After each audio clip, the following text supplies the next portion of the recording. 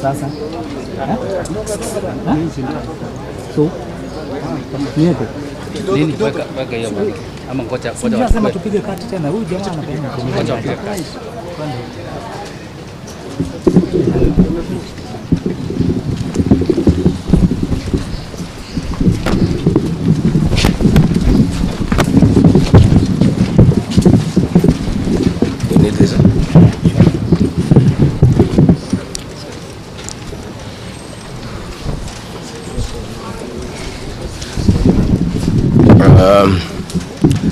Good people, are you ready? You are? Thank you very much. We are here at the current hospital.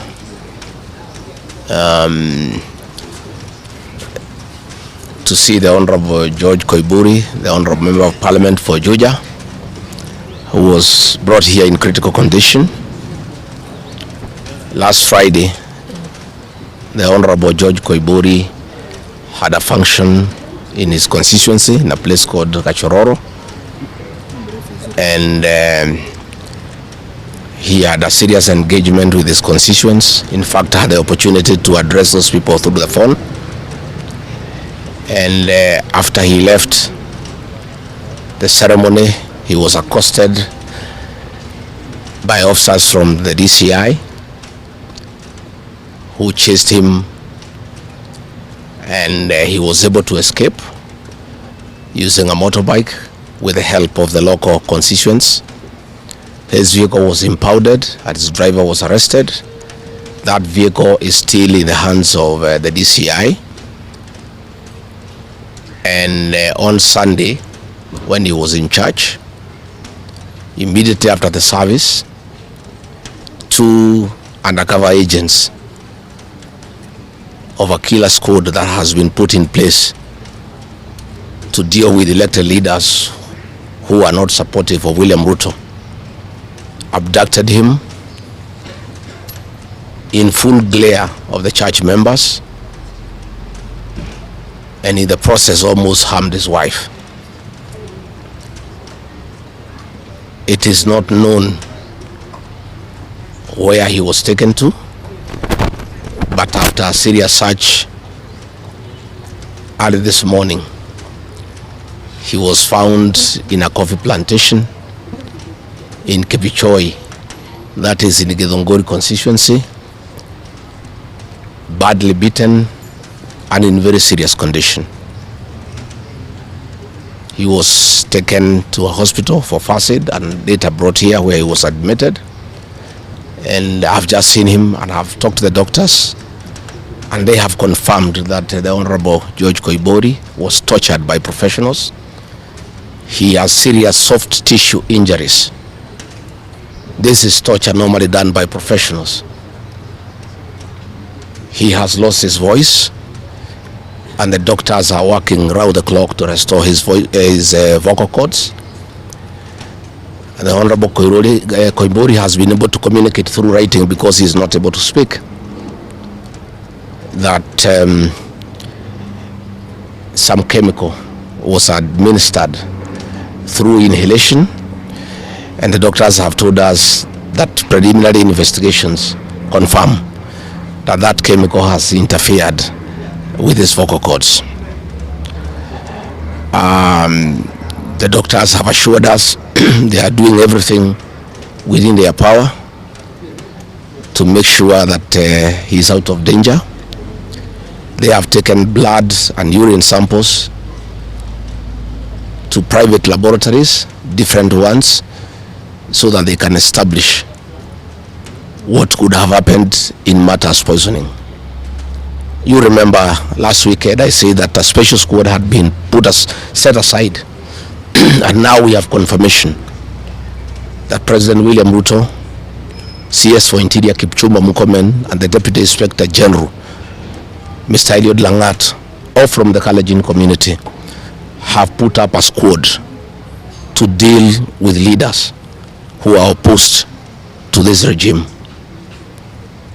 The Honorable Kipchumba Murkomen has sent a message to us through common friends that his appointment to the Ministry of Interior is to make sure that William Ruto is re-elected as president and to deal with anybody who can stop that objective.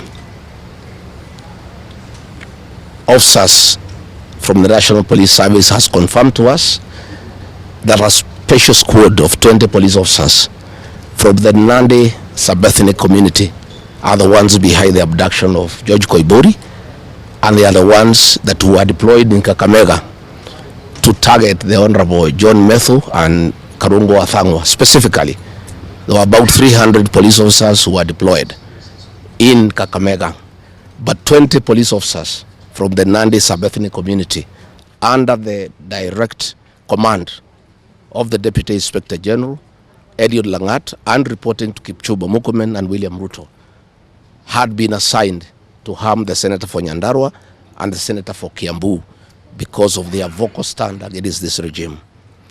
Let me say that I want to appeal to the international community to rescue this country. William Ruto has become a very vengeful dictator, and his activities are similar to the one by Dr. Dada and Mobutu Sese Seko.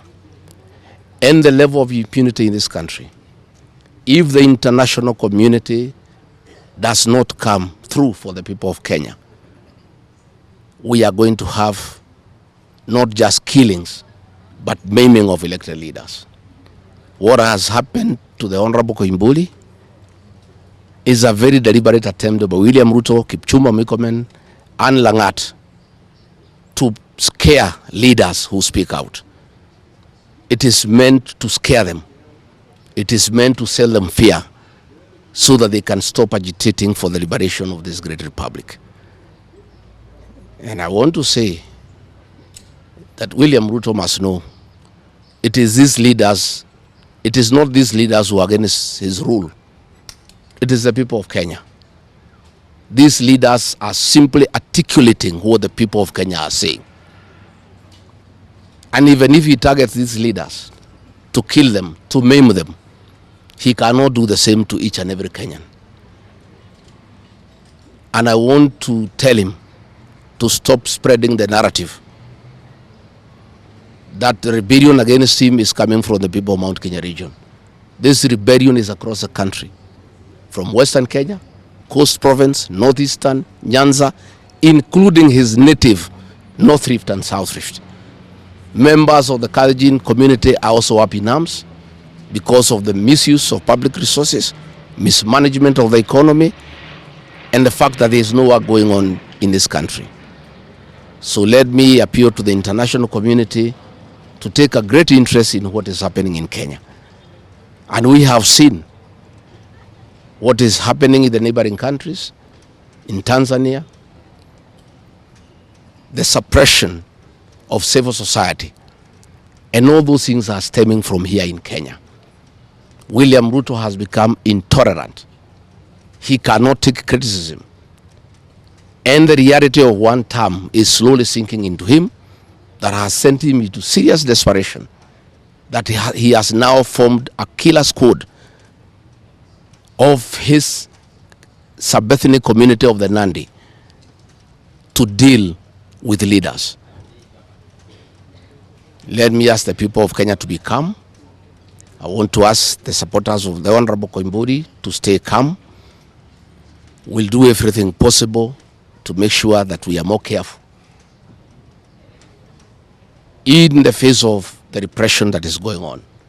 You are aware that members of parliament opposed to this regime, their bodyguards have been disarmed so that they stop going for meetings and feel vulnerable. But it is very clear why they have been disarmed is to allow members of that gang that has been formed by the president to abduct them and to threaten them. And if anything happens to these members of parliament, to any leader in this country opposed to William Ruto, the president will be held to account. And let me tell William Ruto, people of Kenya cannot elect you by force. They elected you on their own free will. You are a popular leader 3 years ago, and you messed yourself up through bad governance, one-man rule, theft of public resources, wanton corruption, and tribalism. You cannot blame any of us here for the situation you find yourself in. The one-term movement is unstoppable, and there is nothing the president can do. He can kill these leaders, he can abduct them, he can torture them, but he cannot do that to all the people of Kenya. So I want to urge members of parliament and senators and others not to give up. Nobody can die from morning to evening. You can only die once.